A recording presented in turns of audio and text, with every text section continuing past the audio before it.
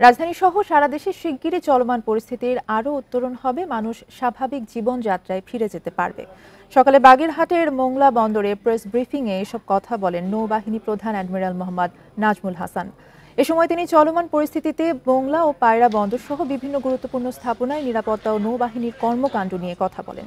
তিনি বলেন, সশস্ত্র বাহিনী মোতায়েনের পর পরিস্থিতির উন্নতি হয়েছে, অর্থনৈতিক কর্মকাণ্ড পুনরায় বেগবান হবে। দেশের উন্নয়ন ও অগ্রগতির ধারাকে অব্যাহত রাখা এবং যে কোনো নাশকতা প্রতিরোধে অন্যান্য আইনশৃঙ্খলা বাহিনীর সাথে নৌবাহিনী কাজ করছে বলে জানান নৌপ্রধান।